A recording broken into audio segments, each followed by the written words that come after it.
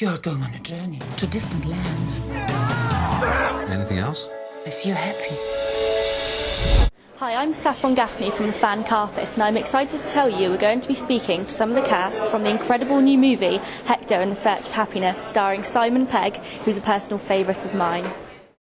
It was a film about a psychiatrist, basically, who realises he's not really making his patients happy, and he decides to go and find out what happiness is. The truth is he's not happy, and he wants to find out why. So he goes on this sort of epic journey of self-discovery and kind of figures it out in a way, and it comes to an interesting conclusion. So it was, it was an amazing film to make because of the locations and the journey itself. We had a parallel journey to Hector's in a way. You know, we were making a film in, it's not a huge budget, so we were roughing it a few times and had some interesting experiences. It was amazing. It's a film about life and being human, and it's a film, in some levels it's also just an old-fashioned love story, but told in a completely sort of whimsical, modern, unexpected way. It is about happiness, but it's more than that. It's about sort of how to, embrace life in all its chaotic glory, and the fact that, you can never really pursue happiness as a goal in itself. You've got to let in all your feelings. You've got to really risk yourself as a human being in love and life and, adventure. And I suppose those are things I believe in, really. She's very passive-aggressive. Those people who are pathetic, but are kind of quite aggressive with their patheticness? Well, that's pathetic Jane. Drippy, but sort of burning with fury inside. And it was a real stretch for me, because normally I play these very strong, feisty, kind of quite bitchy characters, so to play this very pathetic woman was kind of fun. Should we be expecting anything different in the book from the movie?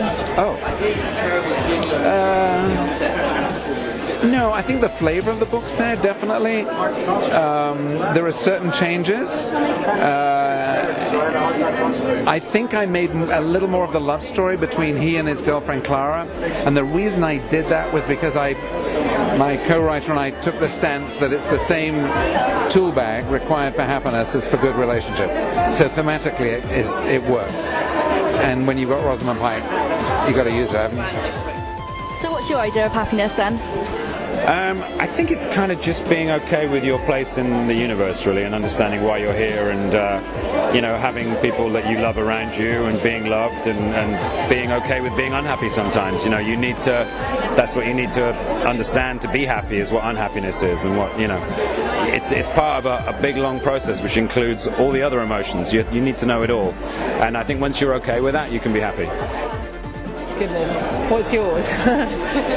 The point is about happiness is really that you can't pursue it on its own, and I think that's the film's message. It's not happiness as a goal in itself is a sort of mistaken enterprise, really. It's about embracing life in all its wonderful chaos, and it's about appreciating the flip side and understanding the flip side, and then you'll feel pure joy when it comes, but you can't force it. My little daughter, being with friends, reading a great book, having a great meal, simple things, reduce it right down. When you've seen the worst of the times, which I think we're kind of in at the moment, and people dying and global implosion, I think we've got to reduce it right down, and I think happiness can come from very simple things. Basically, just spread the love. Oh, I have 2 kids, so them staying healthy, having some fun with them, and having time with them, that's happiness for me. Simple as that. 3 sons, 19, 9 and 8. That is my idea of happiness and my family, but I say to my younger 2, what's the secret to happiness? And they now reply, kindness, and I think that's the best I can do, because if we concern ourselves with kindness, we have a mission, we've got a plan, we can do something about it, and happiness is a byproduct, it's a side effect. When we go, I want to be happy, it's like saying I want to be in love. It's like making happiness the goal doesn't work. So I think kindness is the thing we should put at the front of our heads, really. Could you tell me what your most enjoyable scene was? In the movie, there were so many. It was in different countries there were different kind of events. I love shooting the stuff in Africa, and I think shooting the stuff in the game reserve where we were at with the wild animals was pretty exciting because, you know, it was really early in the morning and there were just giraffes walking around and zebra and stuff, and it was kind of what you're led to believe Africa is like. You know, Africa is this sort of mythic place. So it was exciting. But then there was also stuff in Shanghai and stuff we shot in Vancouver. It was a really kind of amazing shoot. It was like we shot 5 different movies, and so from each one of those locations there were memories which, you know, we need a couple of hours to talk about that. There's funny scenes and the sad scenes, and I luckily got to do all my scenes with Simon, and we're great friends, and it was all in it as well. It was just fun to sort of deepen the relationship that we built on the World's End and get to sort of revisit it, really. You know, there's a very sort of moving scene at the end which was incredibly real to me, and that was, you know, emotionally very cathartic, and then there's a scene that was fun because it was a sort of like filming Rogue in London. We didn't really have, you know, the street closed down, there were passers-by who didn't know they were part of a film, and, you know, all that's a kind of, you know, guerrilla filmmaking, which is fun. And then there's sort of just the sort of silly stuff we get to do, like have, you know, do the sort of slapstick bits, like having sweet potato stew explode in your face, and, you know, things like that. It's honestly the end sequence when Simon Pegg as Hector is put in that science lab test with the electrodes attached to his head, and they try to evaluate his brain and how it responds and what the emotions are. Because I say it's my favorite scene because it's a culmination of the whole film. It all comes together at that point. Do you know, everything with Simon is brilliant. He's just got a way about him that he just brings that bubble of joy into everything. And I have to be honest, it's very rare, because normally when you're in something you go along to the dubbing sessions or you'll go along to other things. I've not seen it yet, so from what I can remember and from what I've seen on little snippets, just all of it, he's great. It's great. I think it's a sweet potato stew scene where Simon ends up with an African family who cook for him, and it's just one happy, such a warm, happy family dancing and eating, which makes it's a lesson about how simple happiness can be, eating and having a good party with people you love. The beauty of this film, I think, is that it'll play differently for every member of the audience, and they're all going to look at their lives in a slightly different way, having seen it, and also look at the people around them and feel a sort of a different kind of affection for the people close to them.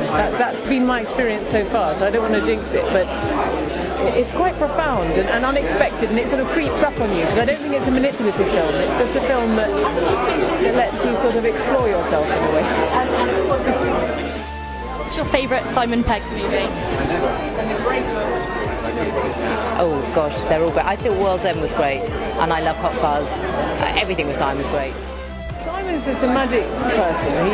I love working with him. I mean, I find him incredibly funny, and I believe in him as all these different people. I believed in him totally as Gary King, as The World's End. I mean, I still think that's sort of just a masterful performance and creation. And I don't know why, but I feel we have a really good connection. And, you know, I think when you have that, it's best not to interrogate it too closely. But we're certainly looking for something else to do together. Oh, Shaun of the Dead, by far. Yeah. I love that film. Crazy movie. You must be crazy to make that movie. Yeah. Well, I mean, I'm just about to start next Wednesday. I go out to start shooting Mission, and I'm very excited to be working with Chris. I think Chris is a great guy, and you know, just more fun stuff. I think I like the relationship between Benji and Ethan Hunt, and I'd like to see that kind of evolve. But as for Scotty, I'm happy whatever they give me. It's always a fun job, you know. It's such a great bunch of people, so more fighting and space and stuff. I'm doing a series with Matt Berry called Toast of London for Channel 4, a thing called Crims for BBC 3, writing something for the BBC. I've got quite a few things. Yeah. Okay. I'm a Dutch actor, and this is my first English-speaking part. So, and I'm doing a British series after this for BBC 4. Which is going to shoot on the Cook Islands, so that's my next part actually. I go to New Zealand next week. Yeah. This film goes to the Toronto Film Festival. It's platforming there, it's premiere. One of two projects. One's a Dickens film, which I filmed here, a fictional movie, which is great, brought to me by the same producer. And then the other one is a project for Relativity. It's a kind of sci-fi movie, actually. It's about travel to Mars and about a woman who gives birth on Mars without knowing she was pregnant when she started the mission. But it's a human story within a very big picture. Well, there's a release of two other films. The release of What We Did on Our Holiday, which is a British comedy I did with David Tennant and Billy Connolly, which is lovely, and I'm really proud of that. And also A Gone Girl, directed by David Fincher, which is coming out in October, and A Baby coming out in November. That's all from us. Remember to follow us on Twitter. You can help me. I want a penis. Everybody wants a penis. You mean happiness?